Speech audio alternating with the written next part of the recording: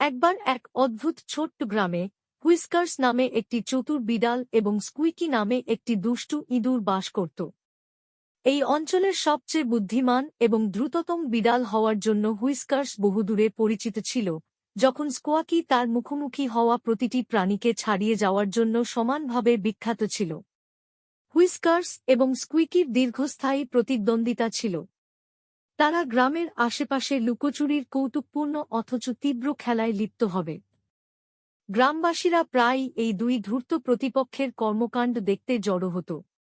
প্রতিবার যখন তারা দেখা করত, হুইস্কার্স স্কুইকিকে ধরার চেষ্টা করত, কিন্তু মাউস সবসময় তার চটপটে চাল এবং দ্রুত চিন্তাভাবনা দিয়ে তাকে ছাড়িয়ে যেতে সক্ষম হয়।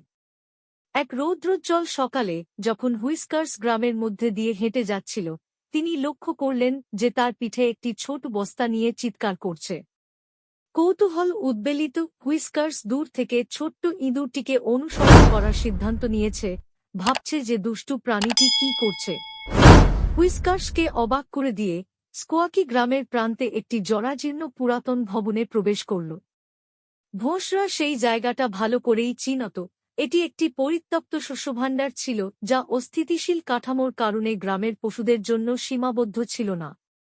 স্কুইকি এর পরিকল্পনা উন্মোচন করার জন্য সংকল্পবদ্ধ। হুইস্কার্স সতর্কতার সাথে শস্যভাণ্ডারের কাছে এসেছিল এবং দেয়ালের একটি ফাটল দিয়ে উঁকি দিয়েছিল। ভিতরে স্কুইকি ছড়িয়ে ছিটিয়ে থাকা দানাগুলির মধ্যে দিয়ে গুঞ্জন করতে ব্যস্ত ছিল। ফিসকরা লক্ষ্য করল যে স্কোয়াকির পিঠের বস্তা ধীরে ধীরে মূল্যবান খাবারে ভরে যাচ্ছে।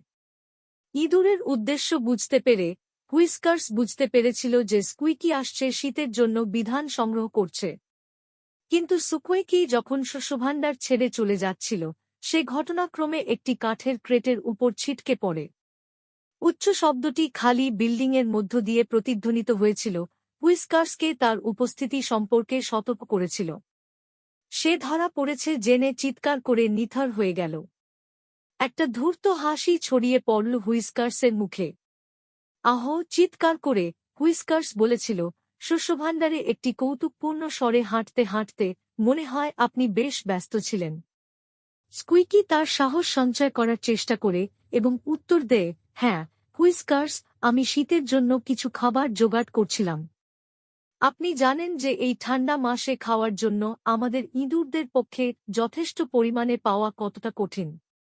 হুইস্কাররা স্কুইকির দুর্দশা বুঝতে পেরেছিল এবং মাউসের সম্পদের প্রশংসা করেছিল। তুমি ঠিকই বলেছ, স্কুইকি, শীতের সময় আমাদের জীবনের জন্যই কঠিন।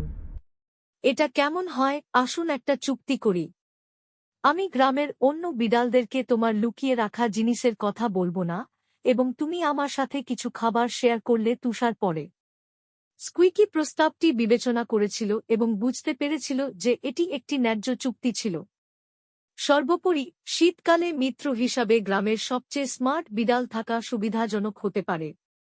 ঠিক আছে, হুইস্কার্স, স্কুইকি সম্মত হলেন, আপনার নিজের সাথে একটি চুক্তি আছে। সেই দিন থেকে হুইস্কার্স এবং স্কুইকি অসম্ভাব্য বন্ধু হয়ে ওঠে।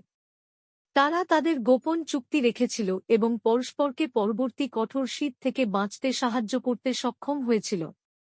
তাদের গ্রামের বন্ধুরা একসময়ের ভয়ঙ্কর প্রতিপক্ষকে একসঙ্গে কাজ করতে দেখে অবাক হয়ে গিয়েছিল। বছর পেরিয়ে যাওয়ার সাথে সাথে হুইস্কার্স এবং স্কুইকি তাদের বিড়াল এবং ইঁদুরের কৌতুকপূর্ণ খেলা চালিয়ে যায়। গ্রামটি তাদের একটি কিংবদন্তি যুগল হিসাবে স্মরণ করেছিল এবং তাদের গল্পটি একটি অনুস্মারক হিসাবে এক প্রজন্ম থেকে অন্য প্রজন্মে স্থানান্তরিত হয়েছিল যে এমনকি সবচেয়ে অপ্রত্যাশিত বন্ধুত্ব শুরুর অসম্ভাব্য থেকে ফুলে উঠতে পারে। এবং তাই বিড়াল এবং ইঁদুর তাদের অনন্য বন্ধুত্বে সুখের সাথে বসবাস করেছিল।